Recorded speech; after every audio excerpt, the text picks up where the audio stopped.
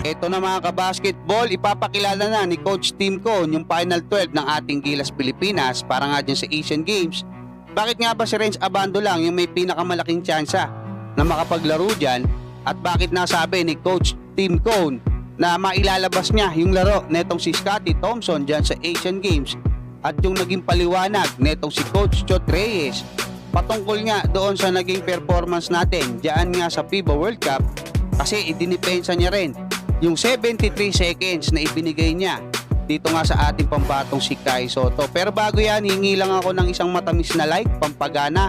Umpisa na agad natin to mga kabasketball, kasi nga dito sa inilabas na balita ng Spin.ph ay sinabi ni Coach Tim Cone na ilalabas niya na nga ngayong araw itong Final 12 lineup ng ating Gilas Pilipinas para nga dyan sa darating na Asian Games. So most likely mamayang gabi yan mga kabasketball doon sa magiging practice nila.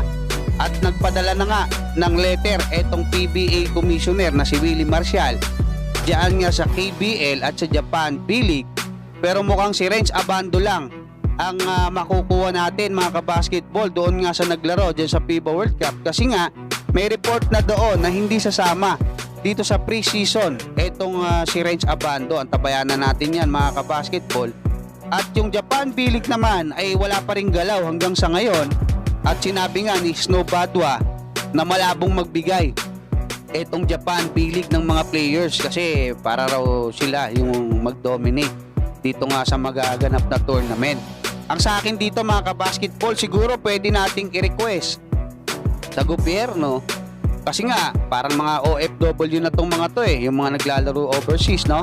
Na kasama sa kontrata na kapag ipapatawag sila ng ating bansa para i-represent yung bansa ay hindi pwede silang pigilan, especially kung hindi pa naman talaga simula yung mga regular seasons. Kasi nga etong Japan B-League, October 7 pa naman yung laban halimbawa netong Hiroshima Dragonflies. Most likely mga ganyan din yung opening niyan mga kabasketball. Sa balita naman na inilabas ng ABS-CBN News mga kabasketball ay naniniwala etong si head coach ng ating Gilas Pilipinas na si Coach Tim Cone na makakabawi etong si Scottie Thompson.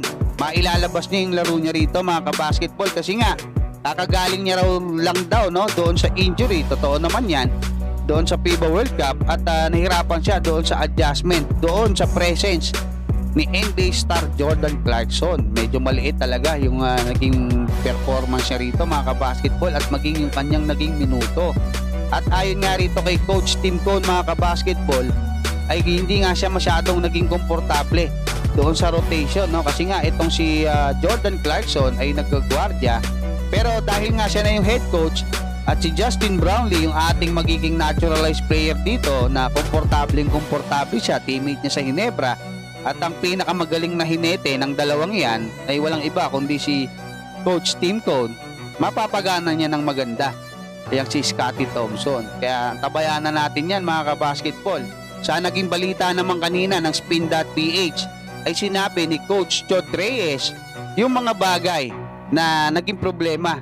Hindi raw problema kasi yung gwardiya sabi ni Coach Chot Reyes.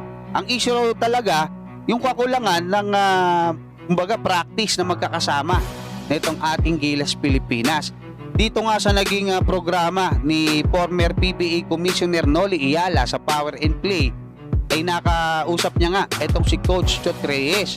Sabi ni Coach Chot Reyes, kahit nga precise, very precise yung programa, yung schedule nila, at gusto nga nila na nandiyan na sa July 25 yung mga players. Ayun, unti-unti na we found out na si Jordan Clarkson pala ay August 8 lang makakarating.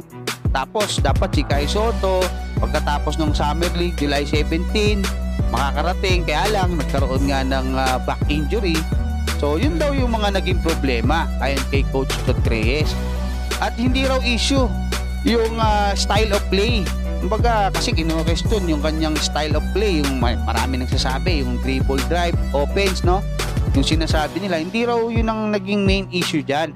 At patungkol naman daw doon sa nagsasabi na dapat daw mas binigyan ng mahabang playing time si Kai Sotto kontra nga doon sa Dominican Republic, ang sagot niya, sino raw iuupo niya? Si AJ Edu o si Junmar Fajardo? Yun daw yung issue. 'Di ba? Sino yung uupo ko? Si Junmar, si Dwight Ramos, si AJ Edu. Tapos dun sa isang paliwanag niya, ano raw yan wala raw magandang match up si Kai Soto. Kasi nga, maging etong dating Gilas coach na si Coach Raiko Toroman, tinututulan siya doon sa napakaliit. Kumbaga, walang tiwala na ibinigay niya. 73 seconds lang dito nga kay Kai Soto na hindi natin alam kung ano talaga yung mangyayari doon. Pero yun nga, gaya hindi lang naman tayo nagsasabi na kulang talaga 73 seconds. Imagine, 'di ba? Nakakalungkot. Pero yun nga, tapos na yan. Hanggang diyan mga kabasketball, maraming salamat at God bless sa inyong lahat.